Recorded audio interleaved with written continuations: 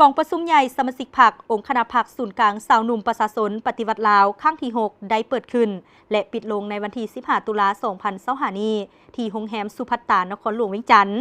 โดยการเป็นประธานของสหายมอนไซลาวมัวทรงกรรมการสำรองศูนย์กลางพรรคเลขาคณะบริหารงานพรรคศูนย์กลางสาวหนุ่มประชาชนปฏิวัติลาวให้เกียรติเข้าร่วมของสหายศิลวงศ์ขุดไพฑูรย์กรรมการกรมการเมืองศูนย์กลางพรรคประธานศูนย์กลางแนวลาวสร้างชาติ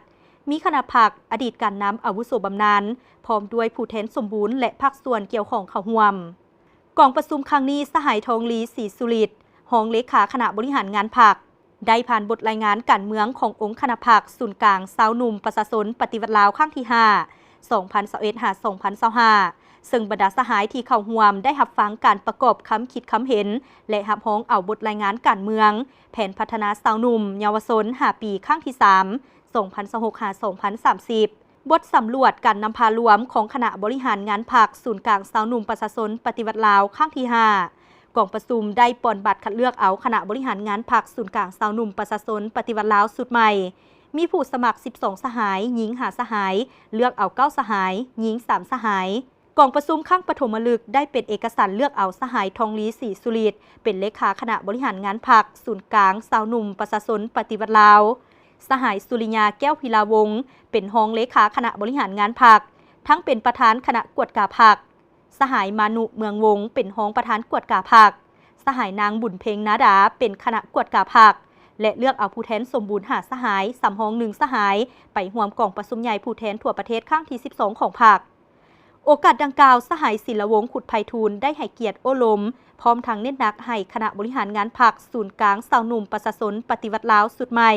สืบต่อเพิ่มทวีการนำพาซี่นำศึกษาอบรมการเมืองนำพาแนวคิดเตาโหมกำลังแห้งสั่งรวมปลุกระดมพนักงานสมาชิกพรรครัฐกรและสาวหนุ่มเยาวชนเข้าใจอย่างลึกซึ้งมีความหนักแน่นด้านการเมืองแนวคิดมีโลกทัศน์ทัศนะที่ถูกต้อง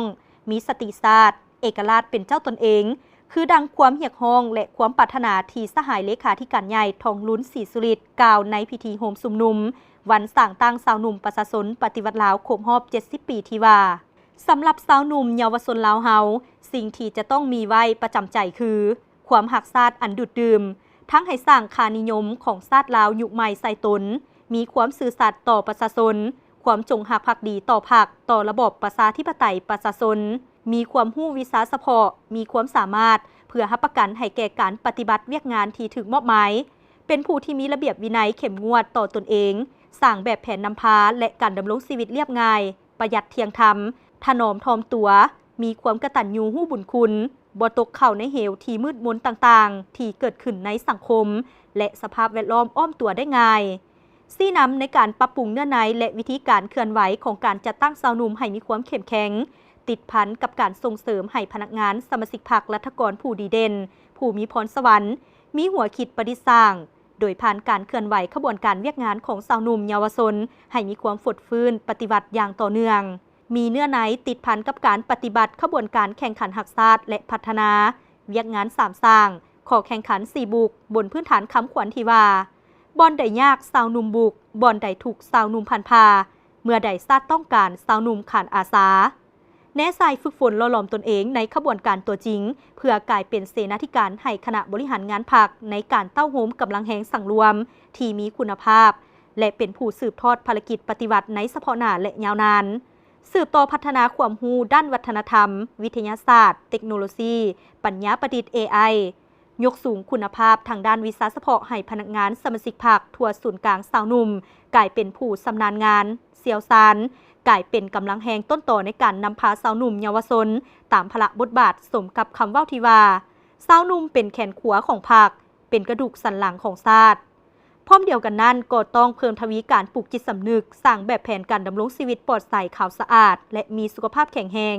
สุ่มใส่แก้ไขสิ่งเสพติดต่างๆที่เกิดขึ้นหรือจะเกิดขึ้นในทันแถวพนักงานสมาชิกพรรครัฐกรอย่างตั้งหน้าสืบต่อนำพาซี่น้ำการพัวพันหัวมือกับต่างประเทศตามแนวทางนโยบายการต่างประเทศของพรรคเป็นเจ้าการพัวพันหัวมือกับบรรดาประเทศเพื่อนมิตรยุทธศาสตร์และอื่นเพื่อยัดแยงการหัวมือทางด้านวิชาการเทคนิควิทยาศาสตร์พัฒนาพนักงาน